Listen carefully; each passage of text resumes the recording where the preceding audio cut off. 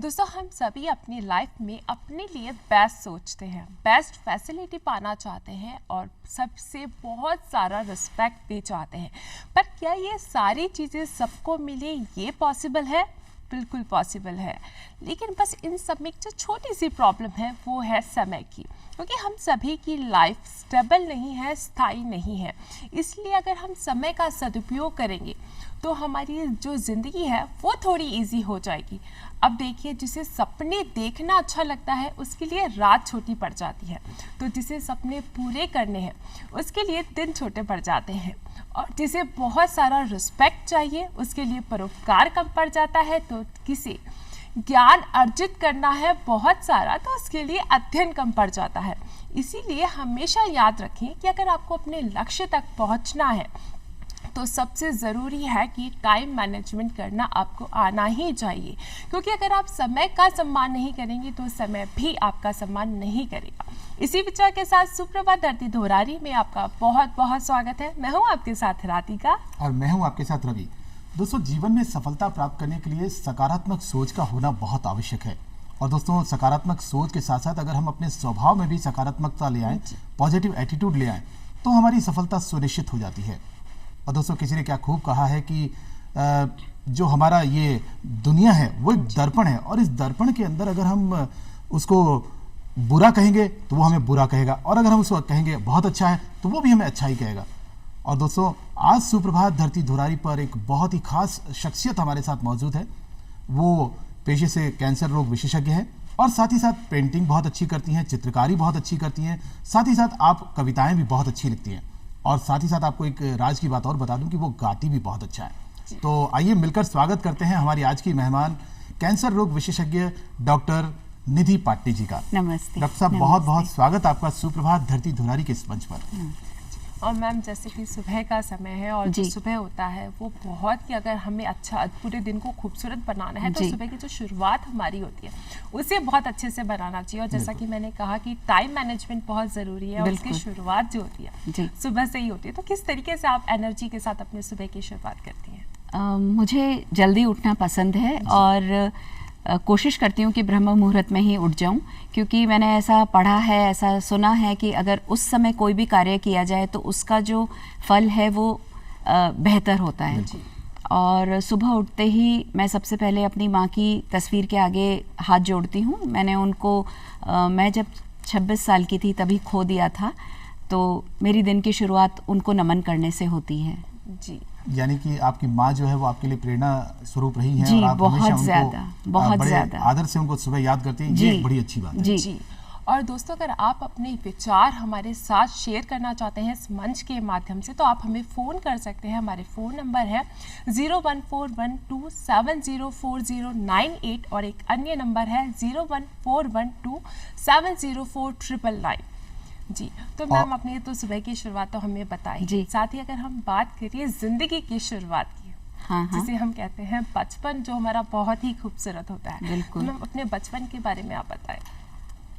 मेरी पैदाइश जोधपुर में हुई थी।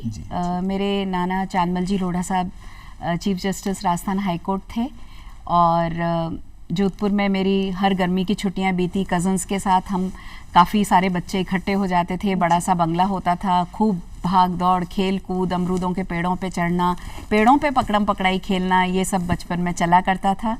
और मेरा बर्थ मकर संक्रांति के दिन हुआ। तो जोधपुर में, अपने यहाँ तो संक्रांत पे जयपुर में पतंग उड़ती है, जोधपुर में गर्मी की छुट्टियों में पतंग उड़ा करती है, तो वहाँ गर्मी की छुट्टियों में पतंग उड़ाते थे। हालांकि मुझे पतंग उड़ाना आज भी नहीं आता, मैं चरखी पकड़ती रह गई तब से अब तक लेकिन बचपन बड़ा मज़ेदार था, सभी का होता है, और कज़न्स बहुत सारे मिलके मज़े किया करते थे। और बचपन की बात करें तो बचपन हर इंसान का बहुत ही प्यारा होता है और बहुत यादगार होता है।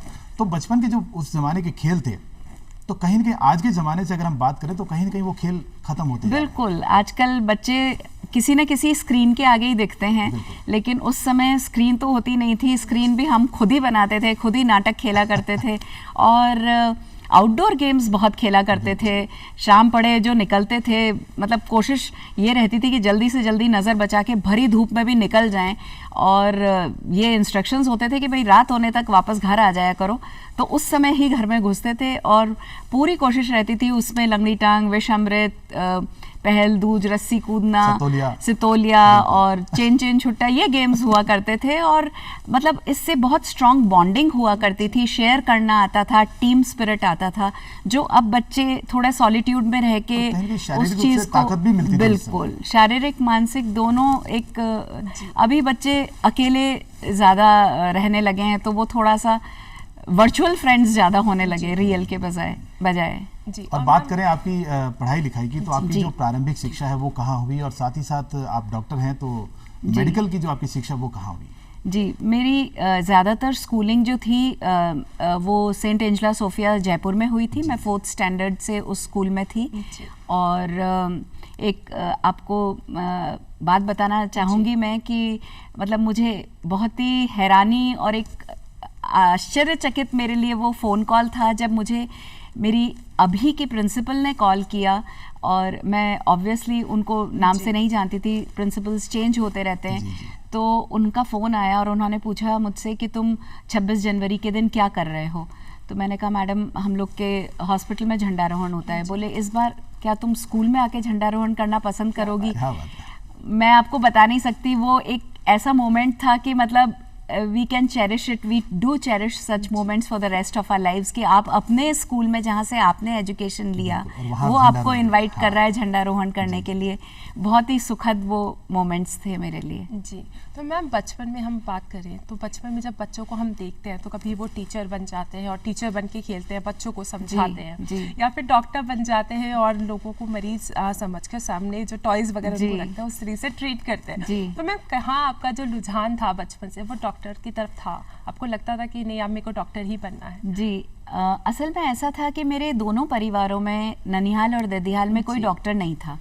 तो मुझे दोनों परिवारों के बड़ों से हमेशा ये मेरे कान में बात आती रहती थी कि निधि को बड़े होके डॉक्टर बनना है, निधि को बड़े होके डॉक्टर बनना है। तो वो एक बात मेरे दिमाग में घर कर गई थी और शायद मैंने कभी कुछ और सोचा नहीं और मैं अपने आप उस रास्ते चल पड़ी थी।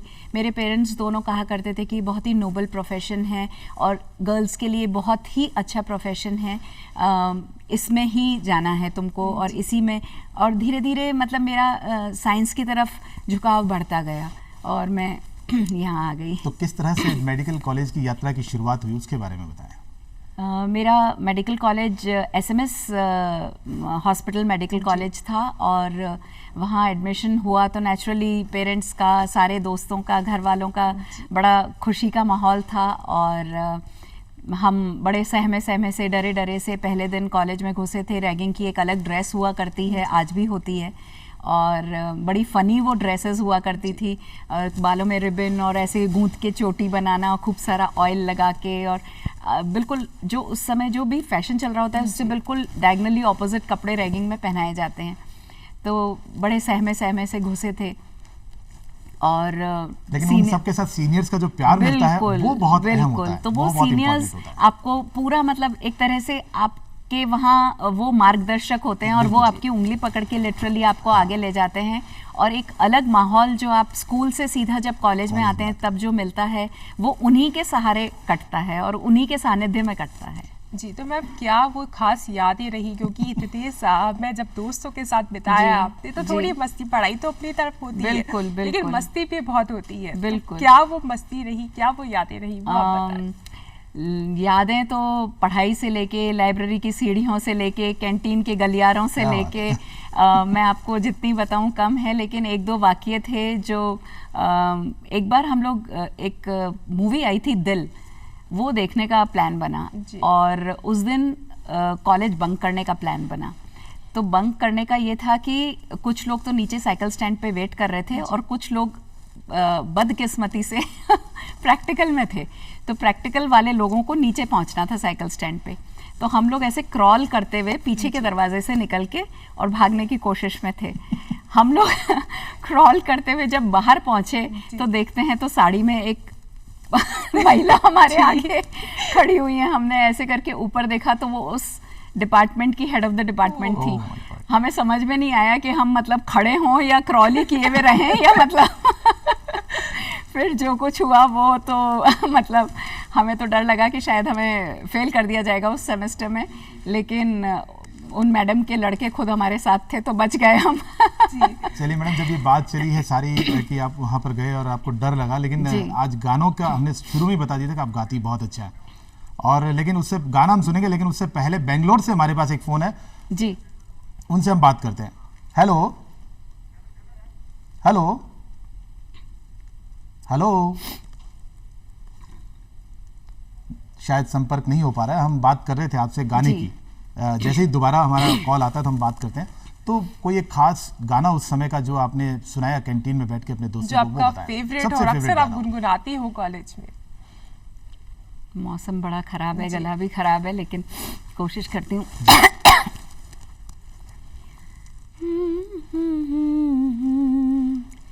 तो ये ख्याल आया तुमको देखा, तो ये ख्याल आया जिंदगी धूप तुम घना साया, तुमको देखा तो ये ख्याल आया।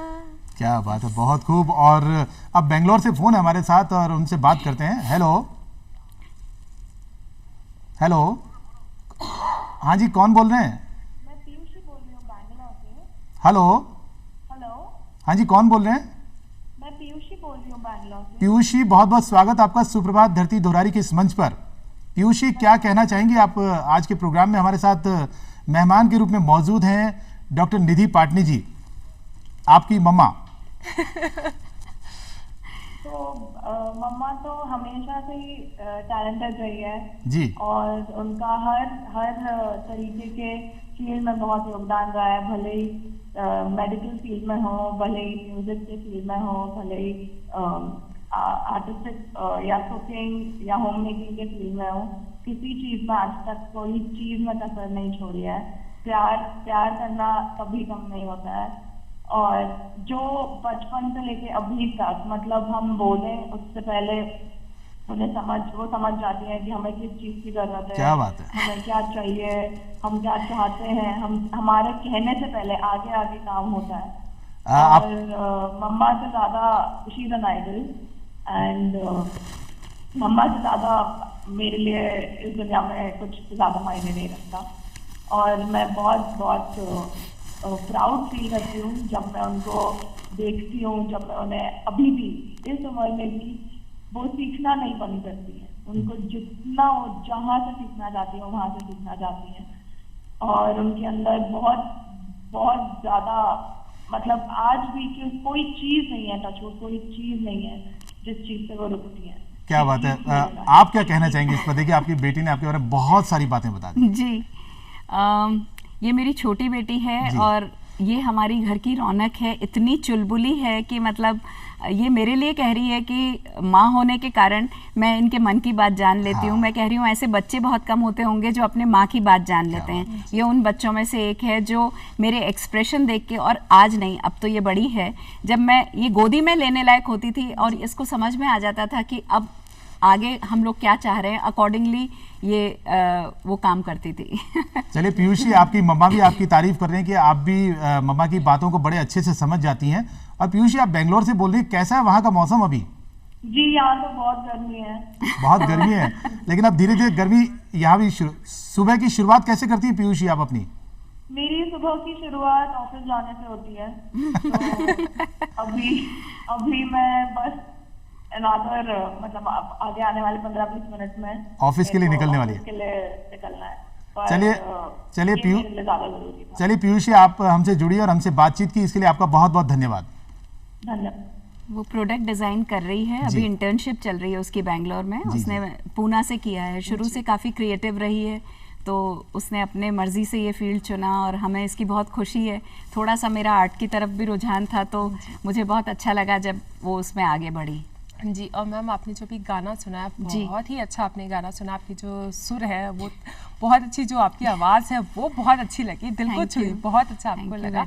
और दोस्तों आज हमारे साथ जुड़ी हैं कैंसर रोग विशेषज्ञ डॉक्टर निधि पाटनी जी, और अगर आप उनसे बात करना चाहते हैं तो आप हमें कॉल कर सकते हैं। हमारे फ़ोन नंबर है 01412704098 और एक अन्य नंबर है 01412704999। जी मैम, जैसे आपने इतना खूबसूरत ये गाना सुनाया कि तुमको देखा तो ये ख्याल आया, तो मैम कॉलेज की बात चल रही है और अक्सर ऐसा होता है कि जब डॉक्टर होते हैं वो डॉक्टर को ही पसंद करते हैं और आपकी लव कम अरेंज मैरिज ही है, तो मैम ये कहीं गाना उससे रिलेट तो नहीं करता? मैं आपको थोड़ा सा करेक्ट करना चाहूँगी। मेरी मैरिज अरेंज्ड ही है जी। और अभी सनसनीखेज खुलासा यहाँ पे आप ना करें क्योंकि ऐसा हकीकत में हुआ नहीं था। हमारी बाकायदा अरेंज मैरिज थी, लेकिन हम दोनों ये चाहते थे कि हमें जीवन साथी के रूप में डॉक्टर ही मिले। तो डॉक्टर संजीव पाटनी जो कि कैंसर सर्जन हैं, उनसे मेरी शादी हुई थी और हम दोनों एक ही कॉलेज में पढ़े लिखे हैं, तो हम लोगों ने देखा तो ज़रूर था एक दूसरे को, लेकिन हमारे पेरेंट्स ने ये डिसाइड किया कि हमें शादी करनी चाहिए।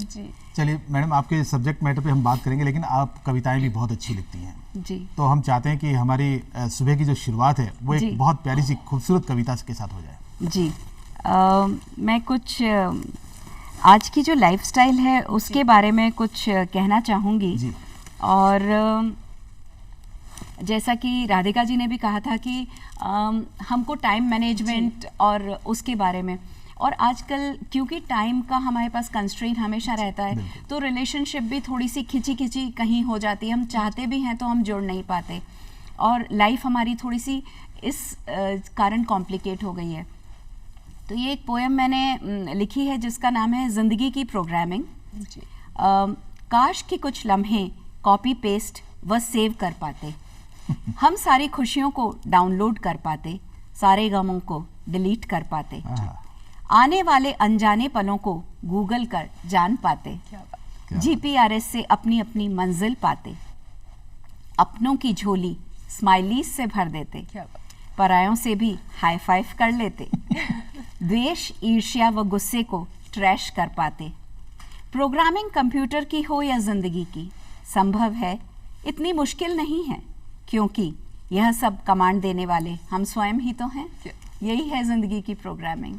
क्या बात है, बहुत ही खूबसूरत आपने सारे मोबाइल के शब्दों को जो है बड़े खूबसूरती से आपने जिंदगी के पन्नों पर उतार दिया है।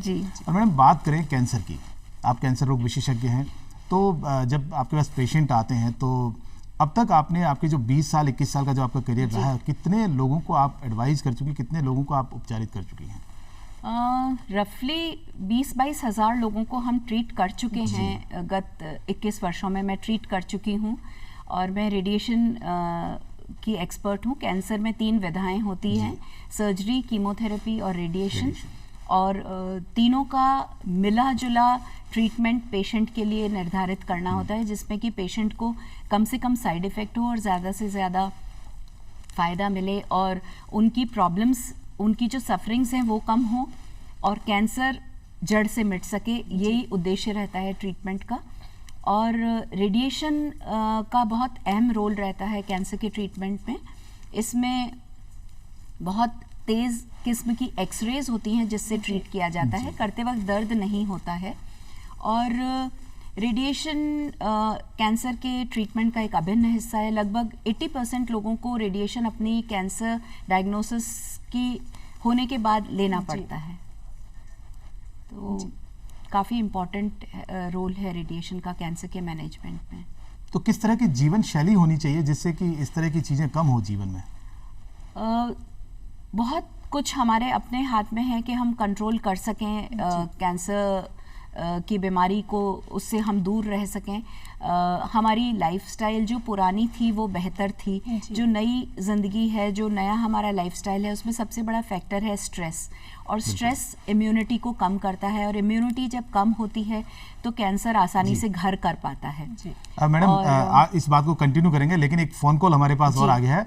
आयुषी हमारे साथ लाइन पर हैं। जी, हेलो, लखनऊ से आयुषी हैं लाइन पर। जी, hello hello hello. Hello. Ayushi ji good morning. Good morning. और आप अभी हमारा प्रोग्राम देख रही हैं सुप्रभात धरती दुरारी, और अभी हमारे साथ आपकी मम्मा यहाँ पर है डॉक्टर निधि पाटनी जी। क्या कहना चाहेंगे आप अपनी मम्मा के लिए? मम्मा के लिए भी मतलब कह पाने की हम लोगों की वो नहीं है, पर हम दोनों बहनों को हमेशा एक सेंस ऑफ इक्वालिटी के साथ बड़ा किया गया है जी। मम्मा मेरे लिए मेरी फ्रेंड है, मतलब मैं उनसे कुछ भी बात अपने दिल की शेयर कर सकती हूँ, क्योंकि मुझे पता है कि वो समझेंगी और सही गाइड भी करेंगी। मतलब इस एज में मम्मी की जो एनर्जी है, जो पैशन है हर चीज़ को लेके, मतलब सिंगिंग, पेंटिंग, पोएम्स लिखती हैं, स्टोरीज लिखती हैं, आर्टिकल्स लिखती हैं, गार्डनिंग करती हैं, कुकिंग करती हैं, और ये सब के लिए टाइम निकालती हैं एक डॉक्टर होने के बावजूद। मतलब मैंने ऐसी कोई और लेडी नहीं देखी। She is a source of inspiration for me. And क्या कहना चाहेंगी? क्या उन्हीं की फील्ड में मैं भी पढ़ाई कर रही हूँ अब आगे। बिल्कुल। अब देखिए आपकी मम्मा आपके बारे में क्या कहना चाहती है? ये मेरी बड़ी बिटिया है, और हम दोनों का इसका कहना है कि अभी तक हम दोनों की अम्बिलिकल कॉर्ड जुड़ी हुई है। ये बोलती है मम्मा हम शरीर से अलग हो गए लेकिन हमारी अम्बिलिकल कॉर्ड अभी भी जुड़ी हुई है, और इतना ज़्यादा मतलब एक दूसरे के क्लोज हैं हम। और मैं बहुत प्राउड फील करती हूँ जब अपने बच्चों को देखती हूँ। हर पेरेंट को लगता है, मुझे भी लगता है कि ये एक इतनी अच्छी बात है कि बच्चे अपना करियर ऐसी, ये बच्ची जो है ये खुद कैंसर स्पेशलिस्ट बन रही है और रेडिएशन ऑन्कोलॉजी में लखनऊ से पोस्ट ग्रेजुएशन कर रही है। अच्छा, आप ही के प्रोफेशन को आगे बढ़ा रही हैं। जी, जी। और बहुत ही सेंसिटिव बच्ची है, बहुत ही इसमें जो एम्पैथी है, जो कंपैशन है एक ह्यूमैनिटी के लिए, सोसाइटी के लिए, वो इसमें बचपन से बहुत ज़्यादा है, और इसीलिए शायद इसके लिए ये प्रोफेशन था और ये इस प्रोफेशन के लिए थी। और मुझे बहुत प्राउड है, बहुत खुशी है इस बात आपको तो प्राउड है। आपकी जो दोनों बेटियां हैं बहुत अच्छा कर रही हैं, अपना प्रोफेशन अच्छा कर रही हैं, अच्छे डॉक्टर बनने जा रही हैं भविष्य में। तो मैम आज उन पेरेंट्स को आप क्या कहना चाहेंगे जिनकी बेटियां हैं और कहीं ना कहीं वो बेटियों में थोड़ा ये सोचते हैं कि ये तो दूसरे घर में जाएंगी, तो इन्हें इतना बड़ा के हम क्या करेंगे, तो क्या उन्हें आप कहना चाहेंगे? एक्चुअली मैं इस बात से कभी रिलेट नहीं कर पाती हूँ कि ये चीज़ कोई कैसे सोच पाता होगा। मैं आपको बताना चाहूँगी कि मेरे पेरेंट्स की हम 2 लड़कियाँ हैं, मतलब मैं बड़ी हूँ और मेरी एक छोटी सिस्टर है जो कि कंप्यूटर्स में है, वो अमेरिका में सेटल्ड है। हम बचपन से मतलब हमने ये शब्द कभी सुना नहीं कि लड़का होता या लड़की है, या तो मैं इस चीज़ को समझ ही नहीं पाती हूँ कि लोग ये डिफरेंशिएट कैसे करते हैं। और भगवान की मैं इसे कहूँगी कि नेमत है मुझ पे, भगवान की कृपा है मुझ पे कि शायद मुझे भी उन्होंने 2 बेटियों से नवाजा है। और मतलब इसलिए मैं इस चीज़ को कभी समझ नहीं पाती कि लोग कैसे भेदभाव कर पाते हैं अपने खुद के बच्चों में, कैसे ये सोच पाते हैं कि ये लड़का है और ये लड़की है तो लड़के को ज़्यादा फेवर करें और लड़की को ना करें। मेरे पेरेंट्स ने कभी भी ऐसा नहीं सोचा। मैंने कभी कभी बड़े होने पे भी मुझे याद है 5-7 साल होने पे भी कि मेरे पेरेंट्स को अगर कोई कहता था कि अच्छा लड़का नहीं है, तो मेरे पेरेंट्स 2 टूक जवाब देते थे कि ये दोनों लड़कियां हमारी दोनों आंखों के तारे हैं, एक चांद है एक सूरज है, ऐसा कहा करते थे। और मुझे भी कभी ऐसा नहीं लगा कि अगर लड़का होता तो शायद मेरी जिंदगी कुछ और होती। मैं बहुत खुश हूँ कि मेरी 2 बेटियां हैं, मुझे बहुत गर्व है। बिल्कुल, थैंक यू। और हमारे साथ आयुषी लाइन पर थी। आयुषी, हमसे बात की आपने, उसके लिए आपका बहुत बहुत धन्यवाद। लखनऊ से जुड़ी थी आयुषी हमारे साथ, thank you very much. Bye बेटा। जी, और बिल्कुल सही कहा आपने कि जो बेटियां होती है वो हमारे दिल का बहुत क्लोज होती है। मेरी खुद की एक बेटी है, वो मेरे बहुत क्लोज है और मुझे बहुत अच्छा लगता है कि मेरी एक बेटी है, बहुत प्राउड सा फील होता है। तो मैम जैसा हम आपको बात कर रहे थे कि क्या लाइफस्टाइल होना चाहिए, उसके बारे में आप वो हमारी बात अधूरी रह गई थी, बात किस तरह का लाइफस्टाइल होना चाहिए। जी, तो एक तो हमको स्ट्रेस से दूर रहना चाहिए। एक मैं ऐसा मानती हूँ कि हर इंसान जो अपने प्रोफेशन में है वो अपना काम तो करेगा ही, लेकिन उसकी लाइफ में कुछ न कुछ ऐसी चीज़ ज़रूर होनी चाहिए जो उसको सुकून दे। वो कुछ भी हो सकती है, और अगर वो इंसान उस प्रोफेशन में सुकून पाले तो मुझे लगता है इससे बड़ी उसके लिए कोई अच्छी बात नहीं हो सकती उसकी लाइफ में कि उसका प्रोफेशन ही उसकी हॉबी हो। जी। लेकिन जिसका प्रोफेशन उसकी हॉबी नहीं है, उसकी लाइफ में एक हॉबी कम से कम होना बहुत ज़रूरी है, क्योंकि वो आपको डी स्ट्रेस करती है, वो आपको वो सुकून देती है जो आपके स्ट्रेस को कॉम्पनसेट कर सकता है। दूसरी बात यह है कि हमें अपनी लाइफ में एक्सरसाइज को ज़रूर शामिल रखना चाहिए। जहाँ तक हो सके अपने पर्सनल काम तो हमें खुद करने ही चाहिए, और जहाँ तक हो सके थोड़ा एक्सरसाइज और फिज़िकल एक्टिविटी ज़रूर अपनी लाइफस्टाइल में हमको शामिल रखनी चाहिए। टोबैको एक प्रूवन फैक्टर है, एक ही ऐसा कारण है जो प्रूवन है और जो मैक्सिमम डेथ कॉज करता है, चाहे वो कैंसर के कारण हो, चाहे हार्ट के कारण हो।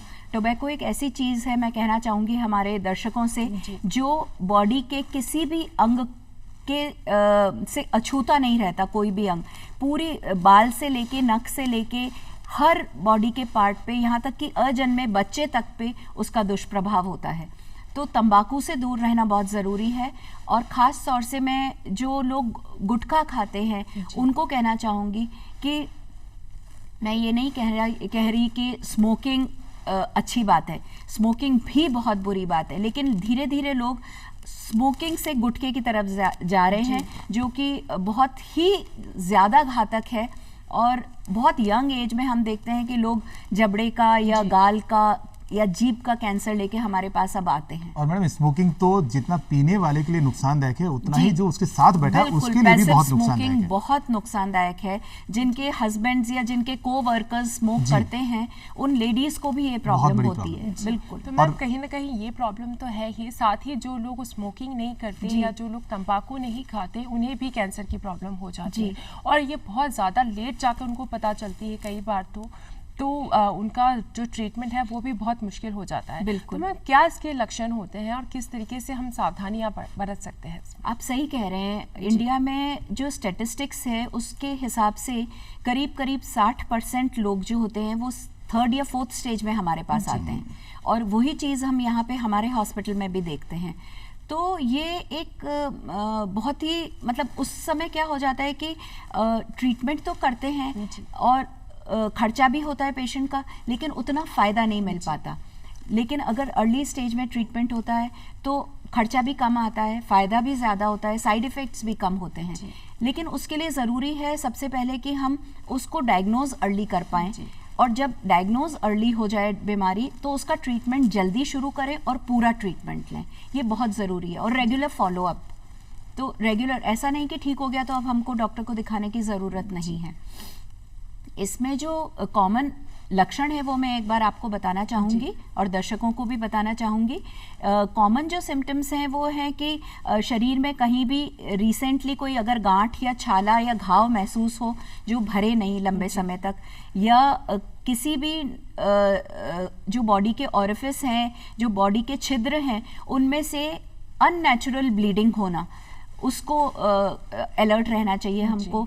लंबे समय तक अगर खांसी हो, सांस उठे, आवाज़ में चेंज हो, मुंह में छाला हो, ये आमतौर पे भूख नहीं लगना, वज़न में कमी होना, लंबे समय तक बुखार चलना, ये सब कैंसर के लक्षण हो सकते हैं। और अगर इनमें से कोई भी लक्षण ज़्यादा लंबे समय तक आपको रहे तो बहुत ज़रूरी है कि आप डॉक्टर की सलाह लें, और अगर डॉक्टर के उपचार के बाद भी कुछ दिन ठीक ना हो तो आप कैंसर विशेषज्ञ से ज़रूर मिलें। बिल्कुल। इसी क्रम में राधिका मैं आपको बताऊं कि आपने एक बुक भी लिखी है, रेडियोथेरेपी और आप, ये आपने एक किताब लिखी है, क्या कुछ खास है मैडम इस किताब में? एक्चुअली रेडिएशन थेरेपी एक ऐसी विधा है जो बहुत ज़्यादा MBBS में भी नहीं पढ़ाई जाती। तो जब डॉक्टर्स को भी नहीं पढ़ाई जाती तो आप जान सकते हैं कि जो आम जनता है उनको तो इस बारे में कुछ भी पता नहीं होता। इनफैक्ट बहुत सारी मिथ्याएं हैं, मैं कहूँगी कि अवधारणाएं हैं इसके बारे में जो कि गलत हैं।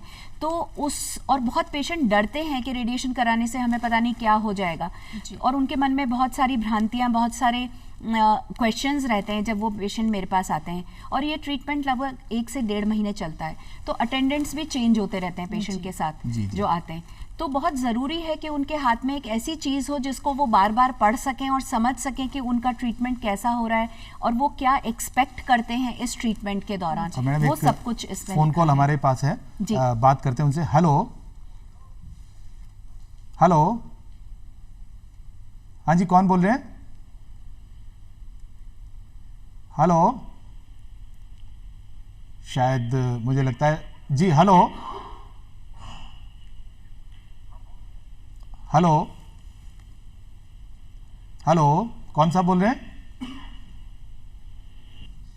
हेलो, चलिए फ़ोन कट गया, कोई बात नहीं, हम अभी वापस देखते हैं किन का कॉल आता है। मैडम, हम बात कर रहे थे कैंसर के बारे में, आप कुछ पूछ रही थी राधिका जी? बिल्कुल, मैं ये पूछ रही थी कि जो मेन अगर हम बात करें एक महिला होने के नाते, तो महिला का जब एज आयु वर्ग बढ़ता जाता है तो उसकी बीमारियां भी बढ़ती जाती हैं, और ख़ासकर स्तन की हम बात करें, स्तन कैंसर हो जाता है। और थोड़ी एज के बाद अगर हम 50 की बात करें, 45 के बाद प्लस की बात करें, तो कहीं ना कहीं गर्भाशय के कैंसर भी हो जाता है। तो वो भी एक प्रॉब्लम हो जाती है जिसका औरतों को, महिलाओं को पता ही नहीं चलता, क्योंकि वो अपने घर के कामों में इतनी व्यस्त हो जाती है, अपने परिवार को संभालने में इतनी व्यस्त हो जाती है कि कहीं ना कहीं खुद पे ध्यान नहीं दे पाती।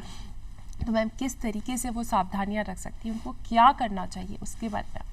जी, स्तन कैंसर की बात हम पहले कर लेते हैं, क्योंकि वो ज़्यादा कॉमन होने लगा है अब। और एक ज़माना था जब हमने पढ़ाई शुरू की थी कैंसर की, तब ये ज़्यादातर उच्च वर्ग के लोगों में पाया जाता था।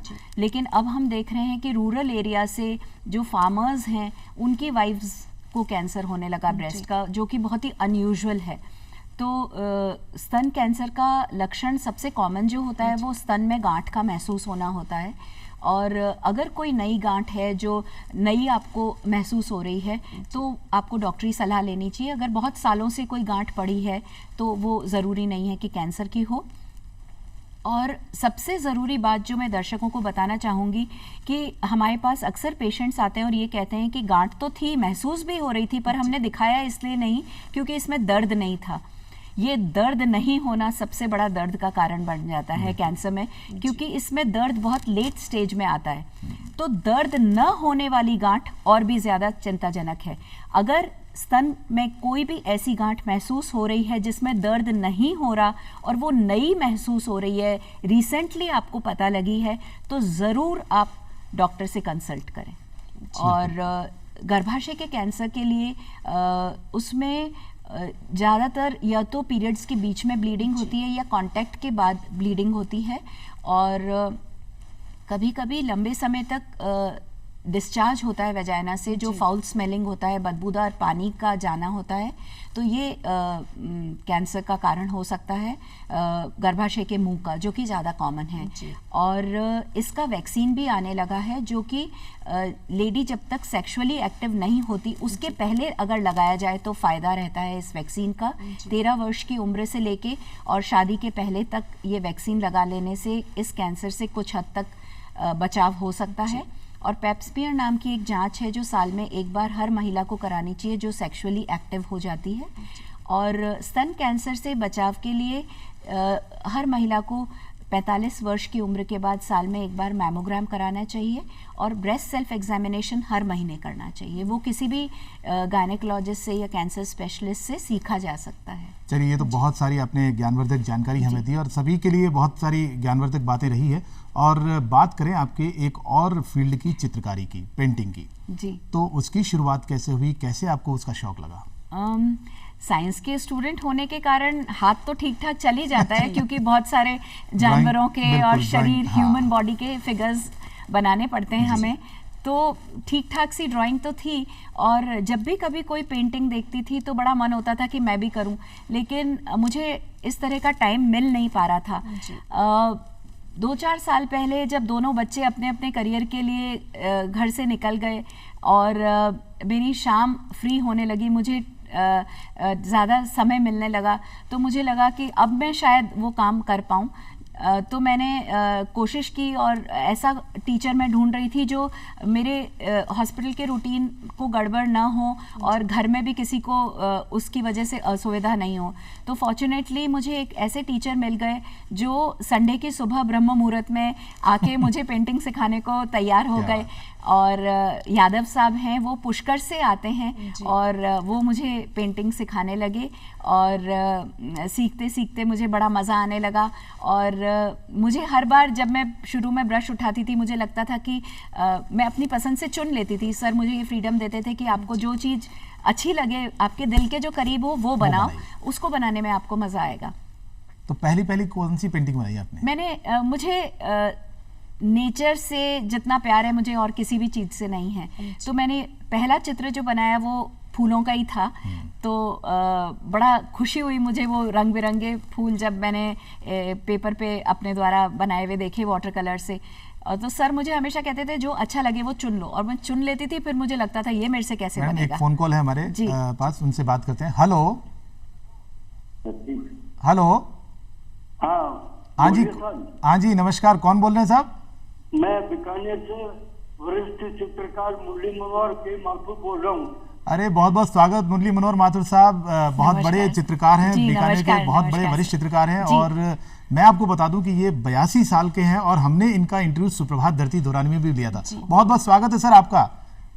हाँ धन्यवाद साहब। और अभी हमारे साथ आज स्टूडियो में मौजूद हैं डॉक्टर निधि पाटनी जी, कैंसर रोग विशेषज्ञ, और साथ ही साथ ये चित्रकारी और पेंटिंग भी बहुत खूबसूरत करती हैं।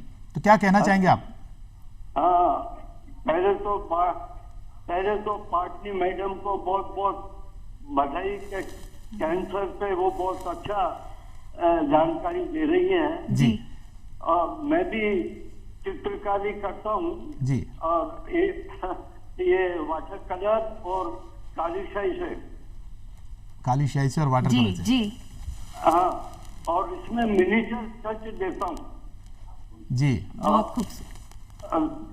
आपके बारे में भी जानकारी मिली है कि आप भी अच्छी पेंटिंग करते हैं। साहब मैं तो आपके आगे अभी प्ले ग्रुप का बच्चा हूँ। आप बहुत वयोवृद्ध और एक्सपीरियंस्ड हैं, लेकिन आपसे बात करना मेरे लिए गर्व की बात है।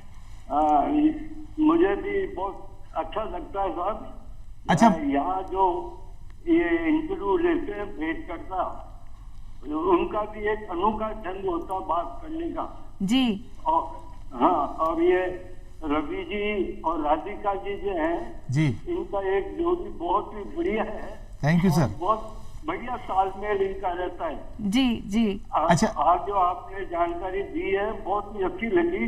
अच्छा, और कभी भविष्य में समय मिला तो आपसे बातचीत भी करूंगा। जी जरूर। अच्छा माथुर साहब, एक बात जानना चाहूंगा मुरली मनोहर माथुर साहब की, बीकानेर में कैसा मौसम है? आपकी सुबह की शुरुआत कैसी होती है? देखिए जी, सुबह सुबह जो है थोड़ी बहुत सर्दी होती है जी, और मौसम अभी बढ़िया चल रहा है। और हम तो सुबह जल्दी उठ जाते हैं आपके इस प्रोग्राम को देखने के क्या बात है कारण, और टीवी लगा के बैठ जाते हैं और देखते हैं कि आज किससे भेंटवार्ता हो रही है। चलिए बहुत बहुत धन्यवाद साहब हमसे जुड़ने के लिए, और आपकी जो शुभकामना संदेश है वो मैडम तक पहुंच गया, और जरूर हम आपसे जल्दी मुलाकात करेंगे। Thank you very much sir. धन्यवाद सर। क्या कहना चाहेंगे मैडम आप इनको? मैं इनकी पेंटिंग्स जरूर देखना चाहूंगी, जो बहुत ही इस उम्र में जी। बनाने की काबिलियत रखते हैं। पेंटिंग्स बनाते जी, हैं, बहुत अच्छी चित्रकारी सर करते हैं। बीकानेर जाके कभी जरूर देख के आऊंगी इनकी पेंटिंग्स। इंस्पिरेशन है ऐसे लोग हमारी सोसाइटी में। जी जी। और मैम चित्रकारी के साथ साथ आपका एक और शौक है लिखने का, जैसे कि आपकी किताब के बारे में हमने बात किया था, आपकी कविता भी हमने एक सुनी है जी। लेकिन मन कर रहा है कि आपकी एक और कविता हम सुने। आप कविता सुनिए, मैं इनसे गाना सुनूंगा इस बात में। जी, तो मैम एक कविता आप जो आप सुनाना चाहिए। जी बिल्कुल। तो कविताएं लिखने का शौक बचपन से ही रहा मैडम? जी हाँ, वो मैं बचपन से लिखती रही हूँ, और अभी ऑफ लेट मेरा एक्चुअली मानस ऐसा है कि मैं कंपाइल करके उनको पब्लिश करा लूँ अगर, तो कोशिश कर रही हूँ कि ऐसा कुछ कर पाऊँ।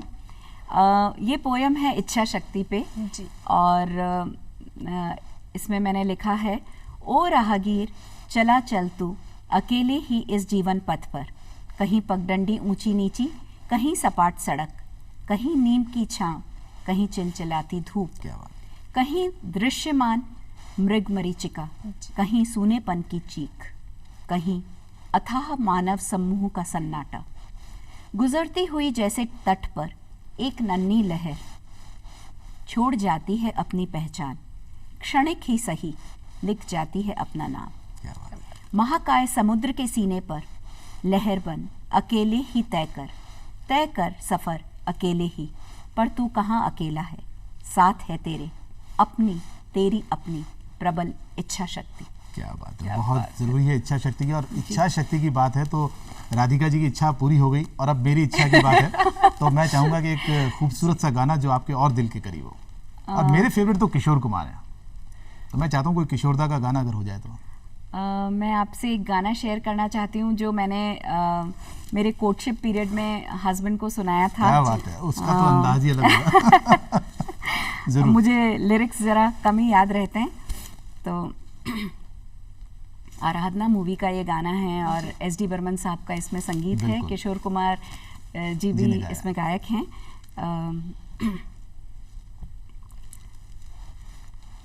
चैन गवाया मैंने निंदिया गवाई, सारी सारी रात जागूं दूं में दुहाई। चैन गवाया मैंने निंदिया गवाई, सारी सारी रात जागूं दूं में दुहाई। कहूँ क्या मैं आगे नेहा लागे जीन लागे, कोई दुश्मन था ये मन मेरा, बन गया मीत जाके तेरा। तो कोरा कागज था ये मन मेरा, लिख लिया नाम इस पे तेरा। क्या बात है, बहुत ही खूबसूरत। गला बहुत ही खराब हो रहा है। नहीं बिल्कुल गला खराब नहीं है, बहुत अच्छी आवाज आपकी आ रही है। बहुत अच्छी आपकी आवाज़ है, बहुत अच्छा आपने सुनाया मैम। इसके साथ साथ हम बात करें खाने की शौकियों की, महिला जो होती है सारी फिल्म में जो माहिर होती है, आप तो बहुआयामी धनी है प्रतिभा के। तो मैम जब अभी आपको वक्त मिलता है अपनी लेखन से, आप जब भी हॉस्पिटल से फ्री होती है घर आती है, तो खाने का शौक क्या है, क्या बनाना खास पसंद करती है? मुझे सभी तरह का खाना पसंद है, ऐसी कोई चीज़ नहीं है जो इन पर्टिकुलर ज़्यादा पसंद हो। पर हाँ, जैसे कि ज़्यादातर महिलाओं को शौक होता है, मुझे भी चाट चपाट का बहुत शौक है। लेकिन थोड़ी सीमा में रह के लेना चाहिए, क्योंकि ये भी नुकसान करती है, फ्राइड होती है, तो थोड़ा सा कम कभी कभी लेना चाहिए। मुझे सैलड्स का बहुत शौक है और कोशिश करती हूँ कि हर मील में सैलड ज़रूर हो, और वो उसमें बहुत सारे वेरिएशंस पॉसिबल होते हैं, तो बड़ा मज़ा आता है अलग अलग तरह की सैलड बनाना। शौक है, जैसे कि आपने भी शुरुआत में बताया था कि आपकी जो छोटी बेटी है वो बचपन से ही आपके मन की सारी बात जान जाती है। तो मैम उन दोनों बेटियों को क्या खाना पसंद है, खासकर आपके हस्बैंड की बात करें, आपकी दोनों बेटियों को क्या पसंद है अपनी मम्मा के हाथ की? छोटी वाली को, वो मेरे पे गई है, उसको भी चाट चपाट बड़े पसंद आते हैं। और एक और बात मैं आपसे शेयर करना चाहूँगी कि वो बहुत छोटी थी तब से कुकरी शोज देखा करती है, और उसको बहुत ज़्यादा अंदाज है खाने का, खाने के इंग्रेडिएंट्स का, शायद हमसे ज़्यादा। और वो खुद बनाती भी है अपने लिए, अभी भी बेंगलोर रह रही है तो खुद बनाती है अपना खाना। उसे बहुत शौक है अलग अलग तरह की चीज़ें ट्राई करने का। जबकि मेरी बड़ी बेटी और मेरे हस्बैंड थोड़े से कंजर्वेटिव हैं, उनकी चॉइस थोड़ी सी कंजर्वेटिव है खाने के मामले में। बड़ी बेटी तो फिर भी एक्सप्लोर करना चाहती है, पर हस्बैंड थोड़ी सी नई चीज़ ट्राई करने में, उन्हें मिर्च मसाला और तीखा ये सब चीज़ें बड़ी पसंद आती है। और मेरी जो मदर इन लॉ हैं वो बहुत एक्सपर्ट हैं खाना बनाने में, तो उनसे मैंने बहुत सारी चीज़ें सीखी है। और फादर इन लॉ हालांकि डायबिटिक हैं, पर उन्हें मीठे का बेहद शौक है। और वो जो ट्रेडिशनल मीठा है, जो जौहरी बाज़ार के मिश्री मावा है, जो थाल की बर्फ़ी है, वो उन्हें बड़ी पसंद है। पर वो अपना एक्सरसाइज करके उसको कॉम्पनसेट कर लेते हैं और बरसों से अपनी शुगर पे कंट्रोल रखे हुए हैं। तो कुल मिला के एक बड़ा वेरीड सा माहौल, बट बैलेंस्ड डाइट। इसी बैलेंस की बात करते हैं तो आप डॉक्टरी के प्रोफेशन में हैं, आप एक चित्रकारी भी करती हैं, आप कविताएं भी लिखती हैं, आप एक मदर भी हैं, आप सारे घर के काम भी करती हैं। तो किस तरह से आप अपने आप को पॉजिटिव रखती हैं इन सभी कामों के लिए? घर में अगर पॉजिटिविटी रहती है, सब लोग अगर एक अच्छा माहौल रहता है और आपकी जो मन की बात है आप उसको पूरा कर पाते हैं, आपको जो चीज़ सुकून देती है आप अगर वो कर पाते हैं, तो वो पॉजिटिविटी आपको अपने आप मिलती है। और दूसरी जो मेरी लाइफ में पॉजिटिविटी होती है वो मेरे फॉलो अप के पेशेंट्स लाते हैं, जिनको हमने बरसों पहले ट्रीट किया होता है, वो आज भी जब दिखाने आते हैं तो एक मन में इतनी बड़ी खुशी और इतना बड़ा तसल्ली और सुकून देती है वो चीज़ कि उसको मैं बयान नहीं कर सकती। वो एक फीलिंग जो आती है वो एक अलग फीलिंग होती है। सुकून की इसी अच्छा, एक फोन हमारे पास आ गया, सुकून की बात भी हम करेंगे, तो बात करते हैं। हेलो हेलो, हाँ जी नमस्कार, कौन साहब बोल रहे हैं? मैं ब्रजवंदन भंडारी बोल रहा हूँ साहब, जयपुर मालिया। भंडारी साहब बहुत बहुत स्वागत आपका सुप्रभात धरती धुरारी में। धन्यवाद साहब। भंडारी साहब हमारे साथ डॉक्टर निधि पाटनी जी हैं, तो क्या कुछ कहना चाहेंगे आप उनके लिए? निधि मेरी बड़ी बेटी है और छोटी बेटी शिवी है जी। और निधि के बारे में हमारा एक बहुत ही सुखद अनुभव रहा है। मेरे पेरेंट्स के हम 6 भाई बहन हैं और मेरे इन-लॉज के यहाँ 8 बच्चे हैं, तो 14 बच्चों में सबके कोई न कोई बेटा जरूर है, लेकिन मेरी 2 बेटियां हैं और मैं बहुत प्राउड फादर करता हूँ अपने आप को। मेरी 2 बेटियां बहुत सुगढ़ है, बहुआयामी है, बहुत अच्छा अपना कैरियर बनाया उन्होंने, खूब हमें किस तरह का भंडारी साहब किस तरह का नेचर रहा है इनका बचपन में? बचपन में देखो, इसके बचपन से ही हमें बहुत खुशी हुई थी और हर महीने हम 14 तारीख को इसका जन्मदिन मनाते थे। और क्या बात है, every month black and white box camera हुआ करता था, हर महीने इसकी फोटो खींचते थे, हम जन्मदिन मनाते थे और माँ और हम दोनों बहुत खुश होते थे। और इसके कजन्स भी हैं, सब मिला के करीब 20 कजन्स हैं, उनमें भी सबके एक ने एक लड़का जरूर है। अभी लोग कहते थे भाई आपको भी एक चांस लेना चाहिए था, मैंने कहा ईश्वर ने मुझे बहुत एक अनमोल ये दर्शन दिए हैं, तो यही मेरे जीवन में बहुत। चलिए देखिए भंडारी साहब, देखिए अब आपकी बेटी आपके लिए क्या कहना चाहती है, उनसे भी पूछ लेते हैं। जी पापा, जैसे जैसे मेरी उम्र बढ़ती जा रही है वैसे वैसे मैं ये रियलाइज करती जा रही हूँ कि कितनी महान मतलब हस्ती हैं वो। बचपन में हम एक जो रूप उनका देखा करते थे, वो बड़ा डर लगता था मुझे उनसे मैथ्स पढ़ने में। मैं नज़रें चुराती थी, इधर उधर भागने की कोशिश में लगी रहती थी, और उन्होंने बचपन से हमें अपनी गोदी में बिठा के ऐसे अखबार पकड़ के बैठ जाते थे कि कहीं हम निकलने का हमारा कोई रास्ता नहीं रहता था। वो जो हमारे में बीज उस समय रोपा गया था, उसी का शायद नतीजा है कि मैं आज ये जो कुछ थोड़ा बहुत लिख रही हूँ उसके कारण। और उन्होंने हर संभव कोशिश की कि हम जो करना चाहें वो हम कर पाएं।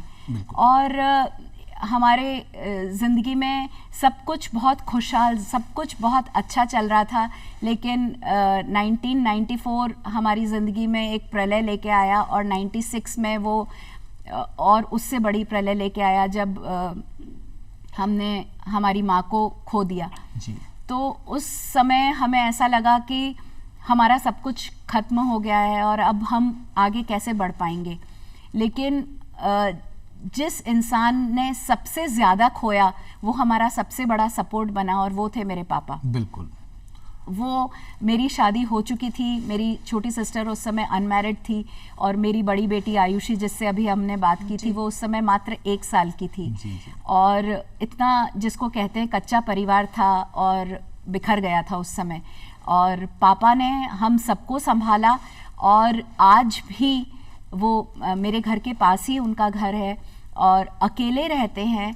और आप अगर उनका घर देखेंगे तो मैं आपको दावे के साथ कह सकती हूँ कि जो अनजान आदमी घुसेगा वो ये नहीं कह सकता कि इस घर में कोई महिला नहीं है।